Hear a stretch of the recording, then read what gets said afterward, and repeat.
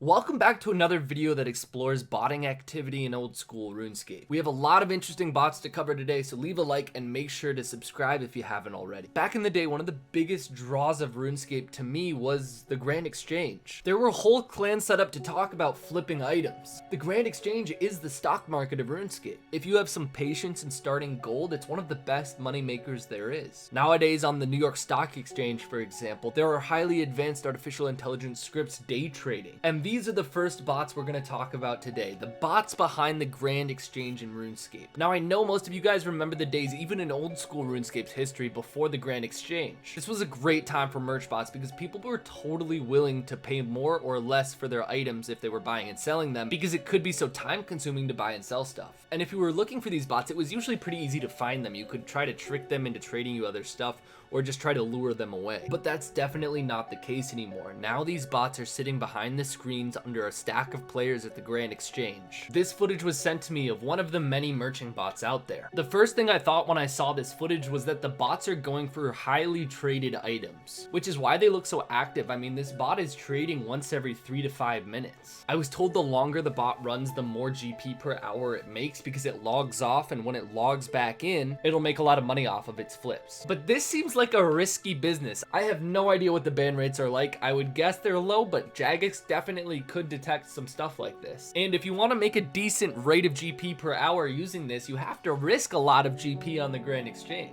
Just from looking at conversations on the forums from botting websites, a lot of people are saying that you need at least 100 mil GP starting cash. I mean, this guy right here is posting that he starts with a 300 mil cash stack. I'll get into how this works right after this brief message. Now a word from the sponsor of today's video, ExpressVPN. In a recent video of mine, I went over an intricate scam that targets small streamers, scamming them out of billions of GP. The key to the scam was to grab the streamer's IP address and later on DDoS them at the opportune time. All the streamer did was click a link sent to them in the chat. This type of scam doesn't just happen with streamers. DDoSing and doxing in the RuneScape community is unfortunately incredibly common, especially at the duel arena or in high-risk PvP fights, which is why you should protect your IP address and location information with ExpressVPN, which switches your IP address with one of their own so you can stay anonymous and protected. Even at home while using incognito mode, your internet service provider can see all the sites you visit.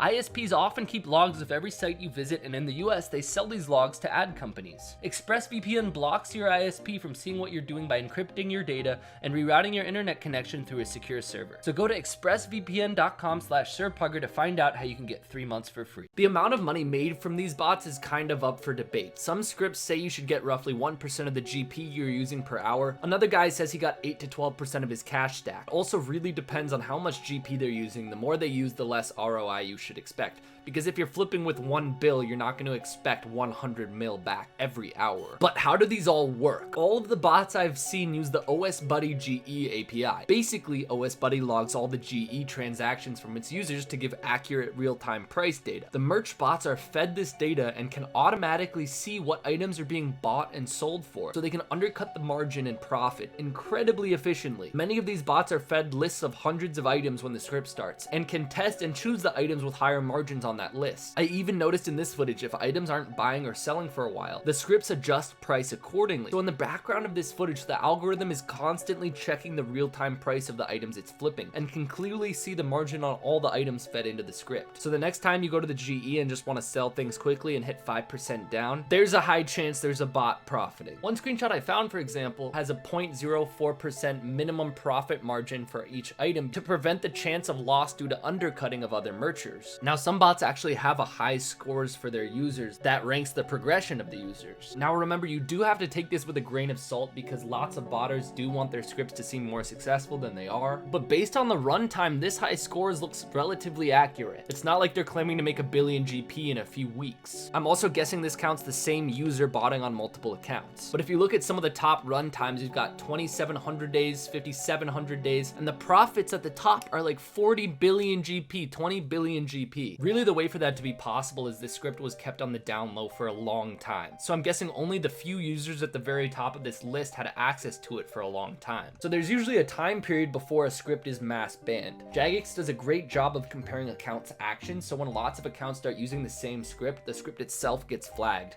and all of the accounts are wiped out. The only way you really see numbers like this is when the script script is kept private for a while and used heavily by only a couple people so that it doesn't get mass flagged. The person who sent me this footage also sent me this screenshot. At the end of each bot session, it actually prints out a full list of all the items it bought and sold. Scripters can see the profitability of each item, which informs how they run the script the next time. Botters try to get creative to transfer that GP. One way is to find items that aren't traded on the Grand Exchange almost ever, which means if you're trying to sell that item and buy it, you can really set the price. So for example, I was able to sell one iron javelin for 40k, and I had my other account buying that javelin for 40k. So the 40k was basically transferred through the Grand Exchange to my other account. Think if you spent an hour making iron javelins, you could transfer a couple thousand of them for 100 mil GP. It's becoming more and more common these days for real world traders and botters to transfer gold to each other's accounts like that. I never thought I'd see the day where bots are stealing from other bots. But in a video the last few months, I was talking about how free-to-play bots, due to trade restrictions, have to launder the GP somehow. One of the ways the bots were doing that is by buying and selling wines of Zamorak in general stores, because they go for 1 GP each in the general store, but they're over 1k on the Grand Exchange. Well, they started up again after I made that video. This guy decided it was some of the freest GP he had seen, so he made a very basic bot that just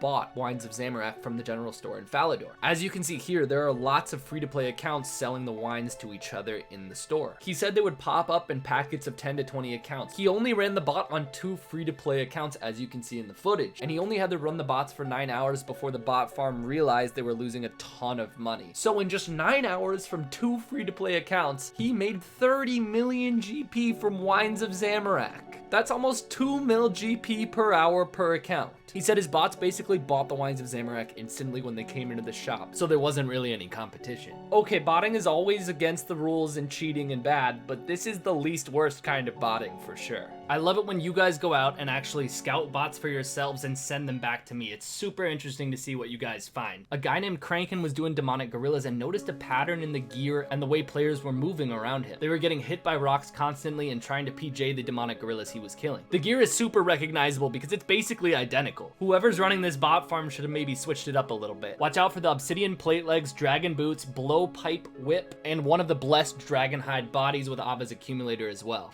If you look at the amount traded of Zenites on the highest scores too, it looks like there are some really significant peaks going on random days. I'm not 100% sure what it's from, but it could be the bots dumping them. I got another tip about bots that seem to be playing pest control to create void rangers, probably to sell. Well-built PKing accounts go for a lot of money on the black market. The ones I found in game, I'm not completely sure if they're bots or just account farmers. The 3 of them and I were the only ones left in the boat during the start of one of the games, and they all quickly left the game. It could be a broken bot, or they may have seen me scrying them, who knows. But their stats are very clearly training up for a Void Ranger account build. There have been a lot of sightings of similar accounts hanging out where dragon implings commonly spawn, and you can actually kill them using the giant tortoises. This group I found had usernames that all had something like I won't range in them, with some random stats and 83 hunter for the dragon implings. Also, I'm not 100% sure on this, but I've gotten so many tip-offs, and I've seen some Reddit posts about this, where there are accounts at the GE spamming item names and numbers. My best guess is that they are merch bots and they're broken, so the interface isn't open. But if you guys have any other theories, let me know.